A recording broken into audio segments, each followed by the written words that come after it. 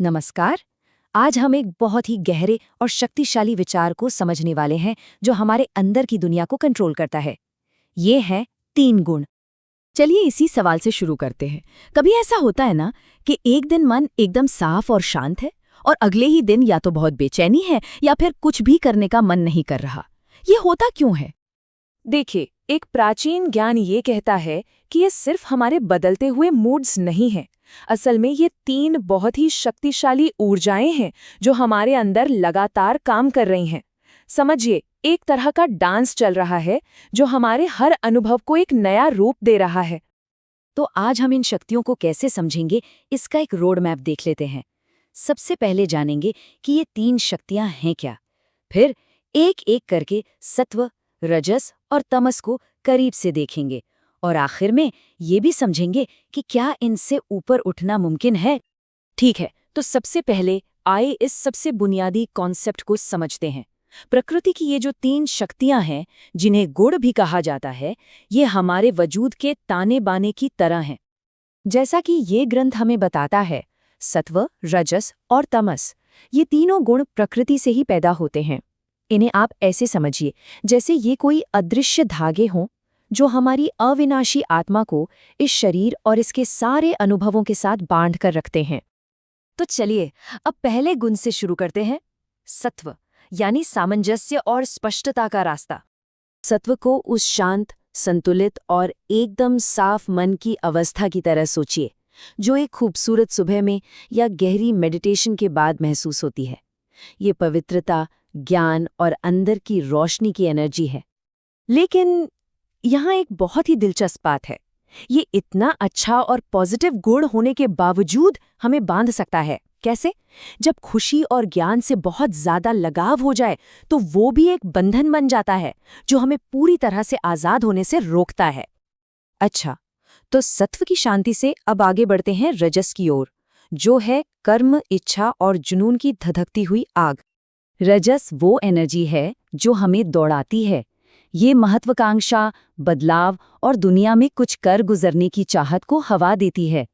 ये वो ताकत है जो हमें कुछ बनाने और कंपटीशन करने के लिए उकसाती है। ये गुण हमें काम करने के लिए प्रेरित तो करता है, पर इसका एक दूसरा पहलू भी है। ये हमें कभी न खत्म होने वाले काम और इच्छाओं के एक चक्र में फंसा सकता है, जिससे हम हमेशा बेचैन रहते हैं। और आखिर में आइए तमस को समझते हैं।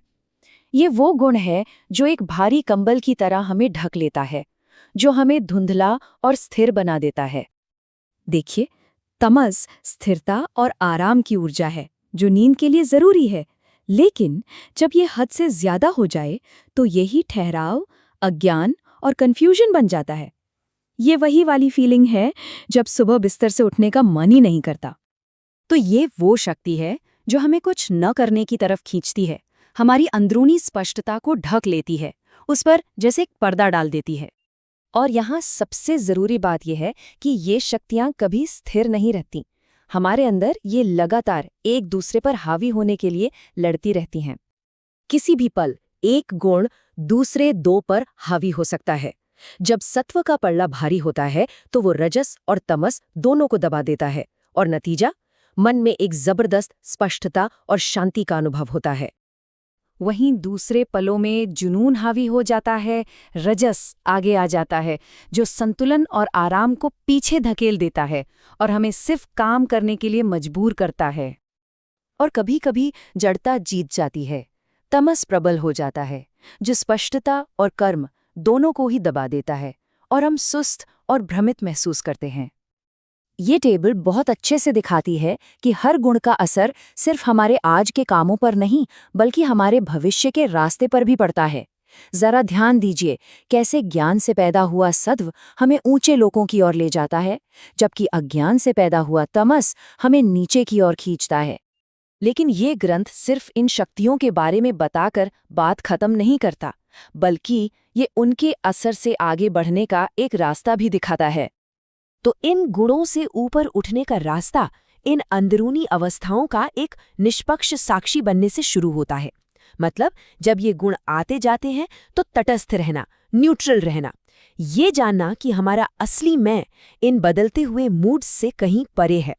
ये सुख दुख, तारीफ बुराई, सब में एक जैसा भाव रखने और आखिर में सभी स्वार्थी कामों को छोड़ने का रास्ता है। और आखिरी मंजिल क्या है? जैसा कि यहाँ बताया गया है, ये एक गहरी स्वतंत्रता और कभी ना खत्म होने वाली शांति की अवस्था है। जन्म, मृत्यु, बुढ़ापे और दुख के इस पूरे चक्र से आज़ादी। तो ये जो पूरा ढांचा है, ये सिर्फ एक दर्शन नहीं है, ये तो आत्म जागरूकता के लिए एक बहुत शक्तिशाली आईना है। ये हमें रुककर अपनी ही अंदर की दुनिया पर सोचने के लिए कहता है। तो सोचने वाली बात है कि आज कौन सी शक्ति हमारा मार्गदर्शन कर रही है।